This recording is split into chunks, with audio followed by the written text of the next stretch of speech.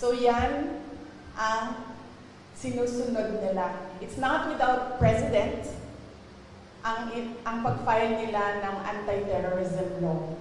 Yung mga sinabi ko ngayon, yun yung gusto nilang gawin. Kaya pinipilit nila na merong violation sa batas.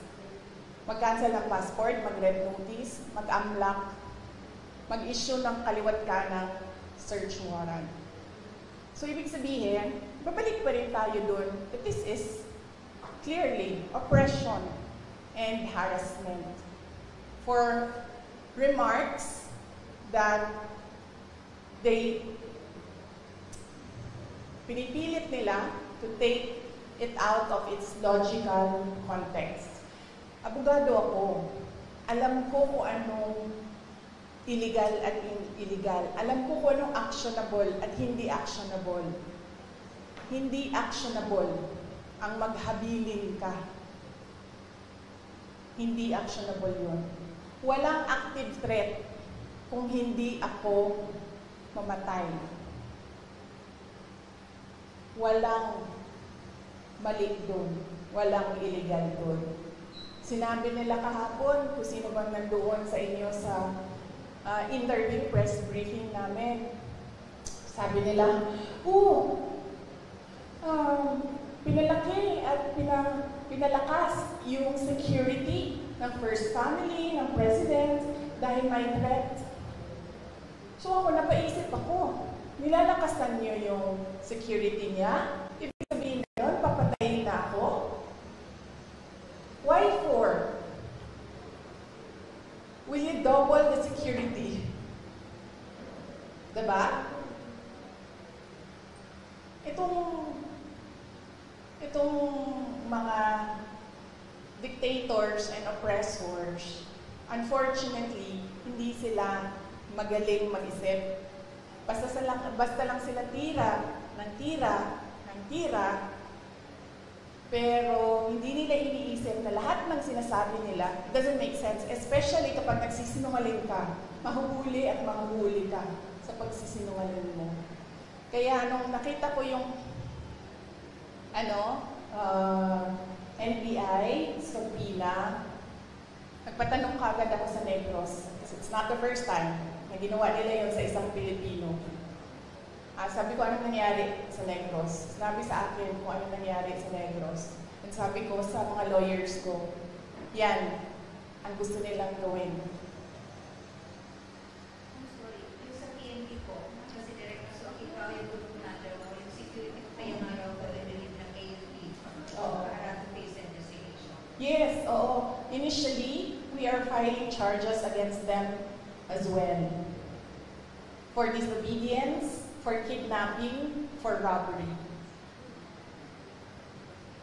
Okay, next question po. Speak the Speaker, ABS-CBN. Yes, ma'am, good afternoon. Ma'am, do you have any information as to the status, health status of your attorney office? And do you have any information when she will be transferred to the House or attention?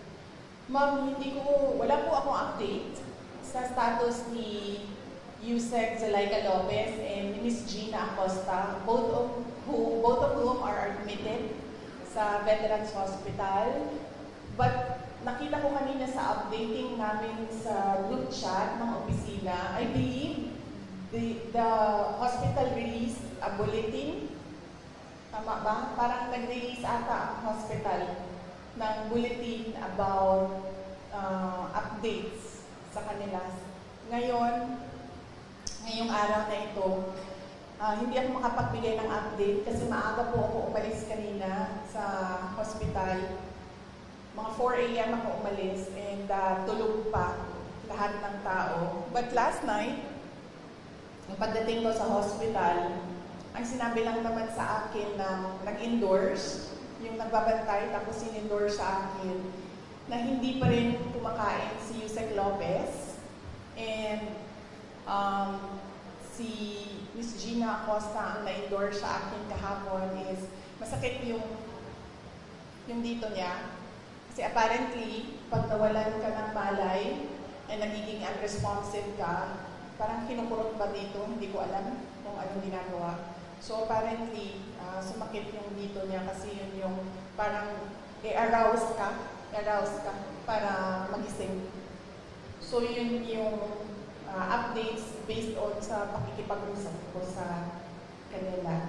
Another question po, just very quick. Do you see yourself touching things up with BBM in the future? Do you see that happening? Well, I believe, ma'am, that we reached the point of no return. I really believe that we have reached the point of no return. And it is clear, ma'am, na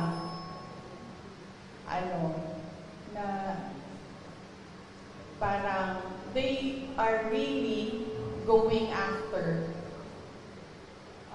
me. At gusto talaga nila akong tanggalin sa posisyon. And totoo talaga yung mga sinasabi ko na threats sa akin. Bago pa man nangyari yung kaguluhan sa House of Representatives noong nakaraang Friday, documented lahat ng threats sa akin, sa Office of the Vice President personnel, and even sa aking family. So, gusto kasi mag-Vice President ni Martin Romualdez. At hindi niya alam, ayaw ng mga congressman at ng mga senador na mag-Vice President si Martin Romualdez. At hindi niya alam na ayaw ng taong bayan mag-President si Martin Romualdez. Unfortunately, hindi maintindihan yon ni Martin Romualdez. Yun yung problema. Okay, next, parang here's the contest sa RMN is Alina. Good afternoon, ma'am. Any reaction lang po ma'am sana sa mga pambabatikos or mga pahayag ni House Majority Leader at Zamboanga City District 2 Representative Manix Danilo po ang laban sa inyo tungkol nga rito sa mga nangyayari? Well, hindi ko siya kilala, ma'am. So, huwag na tayo mag-comment sa sino ba yung pangalan ng ma'am? Manix Dalipe po, Congressman Manix Dalipe. I don't know him. I'm sorry. It's difficult for me to give a comment about something na hindi ko alam kung ano sinabi niya, sir. At hindi ko po siya kilala. Next, Sir Marco Polo, Brigada ng Isabela. Good afternoon, ma'am. Ma'am Sarah. Maliban po doon sa lumalabas na plano ng higher house or House of Representative para impeach ka ba? Ano po masasabi yun? Well, they can always try na mag-impeachment. They can always, gumastos at magwaldas ng pera ng gobyerno para i-impeach ang Vice President. Kung yan ba naman ang gusto nila, magwaldas ng pera at pagtakpan ang kakulangan at pagsisinungaling ng administrasyon. Para lang hindi mapansin ng mga tao na maraming mga pangako ang napako ay babanatan at babanatan nila ako. And then they can try. And then let's see. Diba? If I get impeached, then that is my end. Tapos.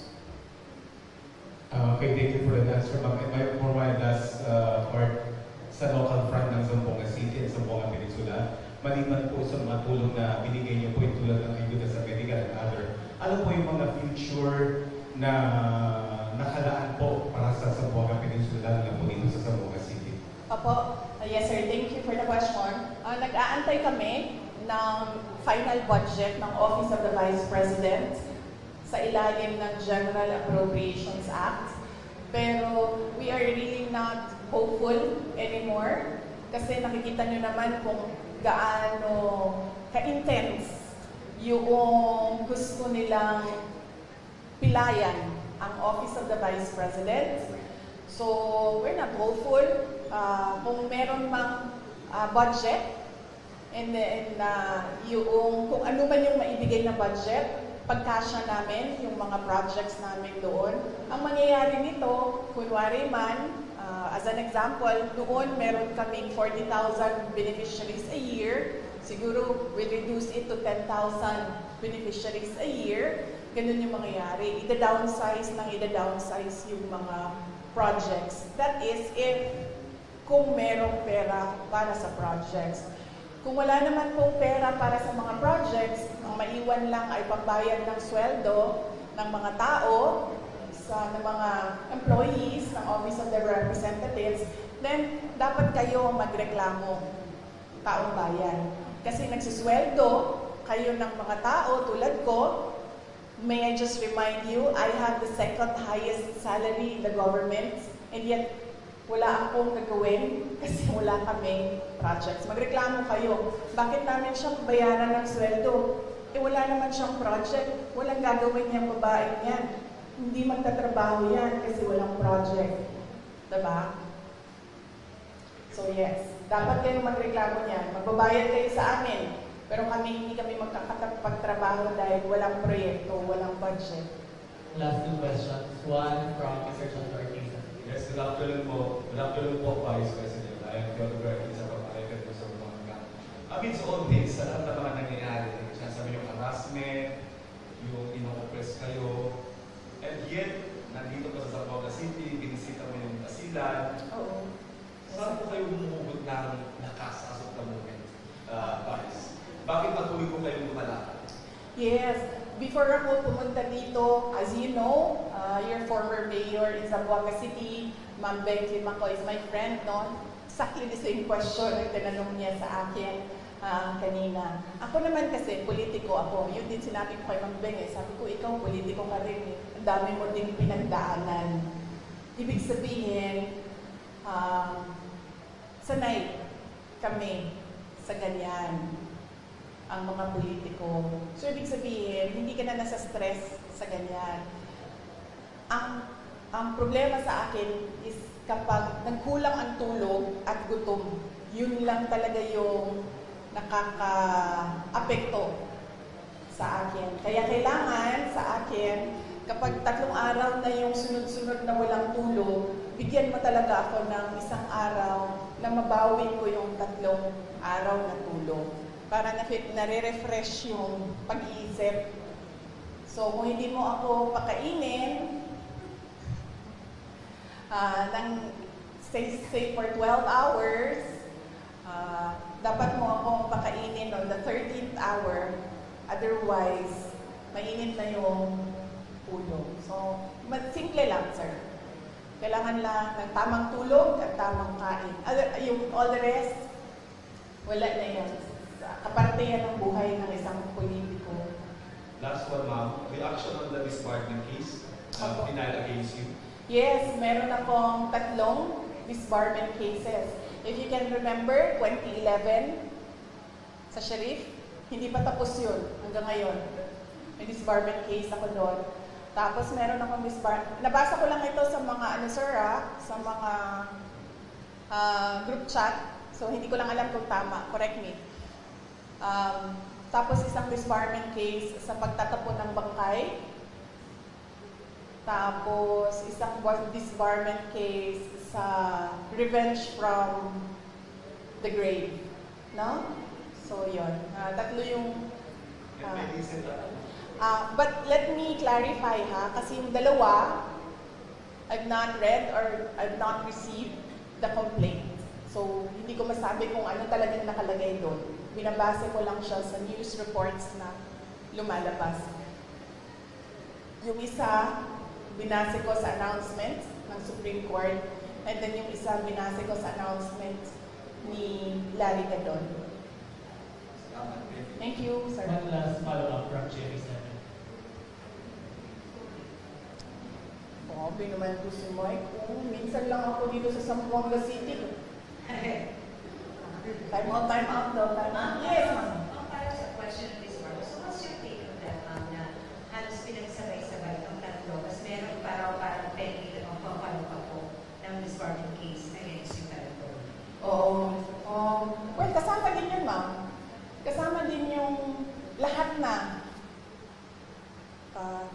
Sa Bisaya pa, tira bahala.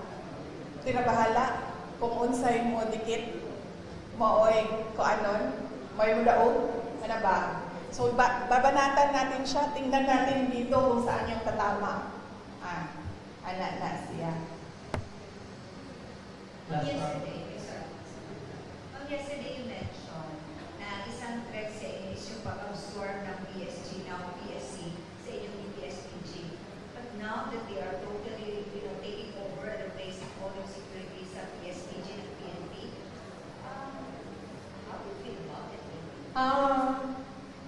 I'd like to hold comment dyan, ma'am. Kasi napapansin ko, base lang din naman sa balita, nagbabago-bago yung sinasabi nila. Hindi ko lang alam kung nasusundan ninyo. Nagbabago-bago yung sinasabi. Sabi, wala na daw AFP, pulis na lang. Ngayon, meron na naman daw AFP, pero papalitan nila at mga pulis na sabay. So, hindi sila nagpaplano ng maayos. Kaya nagbabago-bago yung sinasabi nila. Advice ko dito sa mga tao na ito, mupo muna kayo, magplano muna kayo bago kayo bumanat para hindi kayo nahuhuli na nagsisinungaling. Sara Ulamico, FUBC. Pag gumaganyan ba ako, aapektuhan yung sound? Okay. Good afternoon, VP. Since natanong ko yung isang tanong ko, ito na lang po. Sabi po ng PNP, wala silang information sa pagbabanta sa inyong buhay. I-report nyo lang po ba ito officially, ngunit nasabi nyo hindi ito pinansin ng mga kinauukulan? Ma'am, nakakahiya sa buong mundo na ang Philippine National Police natin, who by the way has intelligence funds, hindi alam ang mga pangyayari sa ating bansa. Nakakahiya na meron tayong police na hindi nila alam ang threats sa Vice President. Nakakahiya yan, ma'am. Huwag sila magsasalita ng ganyan kasi nagpapakita yan ng incompetence ng Philippine National Police. Dapat dyan, kung ako po ay Presidente, Sekretary ng DILG, Chief ng PNP, ang sagot dyan ay, let us sit down and investigate the alleged threats so that we will know if these are true or not. Yan ang tanong. Yan ang sagot dapat ng tamang tao. Pag yung tao na tama mag-isip, yan ang sinasagot dapat. Hindi yung sinasabing wala kaming alam ng mga threats. Nakakahiya na ang pulis, ganyan. So, ibig sabihin, ang dami nilang walang alam ng mga pangyayari. So, kaya pala, nagkanya-kanya na ang mga kriminal dahil walang alam ang kapulisan. Nakakahiya para sa Pilipinas na naririnig na ang pulis natin ganyan.